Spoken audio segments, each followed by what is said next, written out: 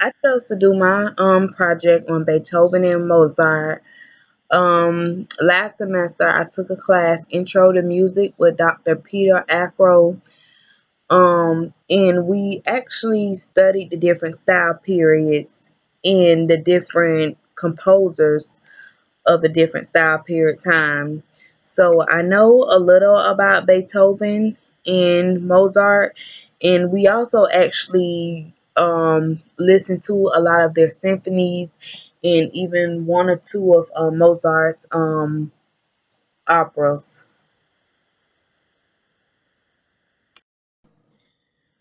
I'm going to start off talking about Beethoven. Beethoven was born in 1770 in Bonn, Germany.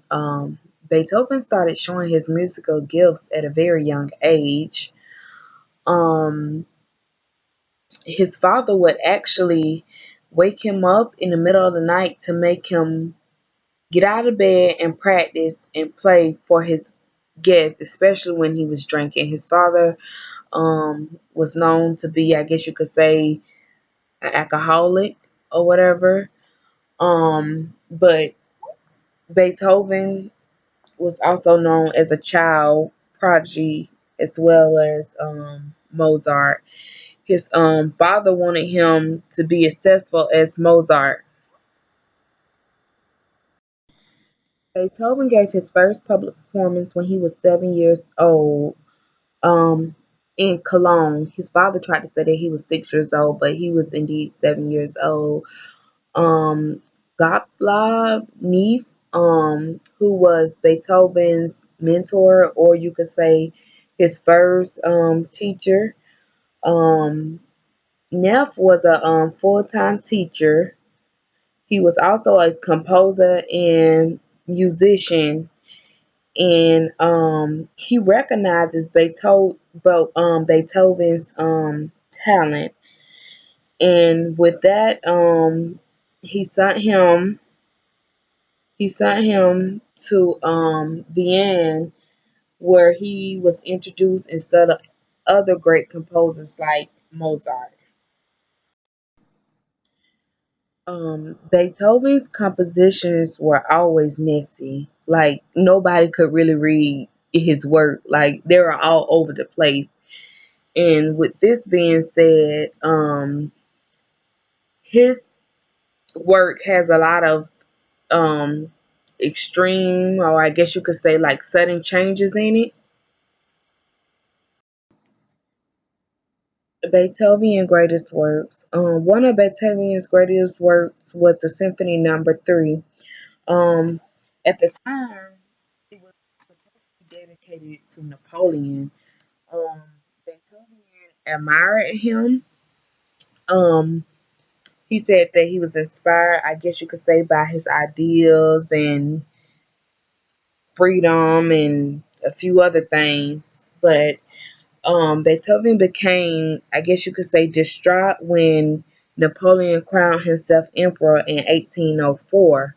So he didn't even dedicate the symphony to him anymore. This symphony number three became a big turning point in Beethoven's music career, and not only in his music career, but a big part of history as far as it goes with music. Also, the Symphony Number Nine was written when Beethoven became deaf. He also used choir singers with this piece, and at the time, this was very unlikely because a lot of people didn't use, choir singers or any choir singers with their pieces. Next, I'm going to talk a little bit about Mozart.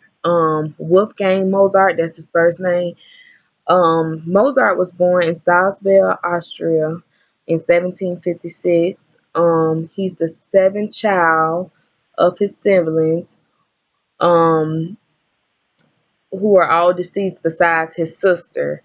Mozart and his sister were the only two to live past infancy. His other sisters and brothers died when they were still babies. Mozart's father introduced him and his sister to music at a very young age. Um, him and his sister were both very talented, and his father, Lippo Mozart, was also a very well known and respected violin and composer in his time. Once he realized that Mozart and his sister were so talented, he devoted a lot of his time with both children. He also took them on tours to show their talents, as they got older, and they traveled and played for others. Um, as Mozart got older, his reputation began to grow, because not only was he talented with music, he also composed his own music. Um, he played for kings and queens. So he was very talented, and he was also known as a child prodigy. Two of Mozart's greatest operas were The Marriage of Figaro and Don Giovanni. Um, Mozart music is very simple, and very contrasting, or you could even say very dramatic. Um,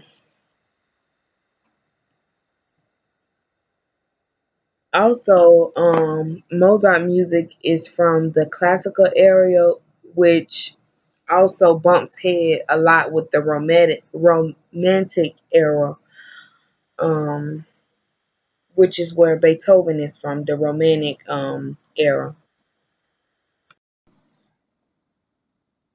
Comparing both Beethoven and Mozart, well, they're both are two of the greatest composer and well-known, respected composers of all time. A lot of their music is used a lot within a lot of the bands nowadays. Um, some they have a lot of childhood comparisons. Both of their fathers pushed them to practice their music. Neither Beethoven or Mozart really had a great relationship with their father. Um, as I mentioned earlier, Beethoven's father had an alcohol addiction, and Beethoven, as Mozart got older, um, he just kind of, I guess you could say, distant away from his father. Um, both, when they were children, were known as child prodigies. Both were influenced by Franz Joseph Haydn. And to sum it all up, both Beethoven and Mozart are very influential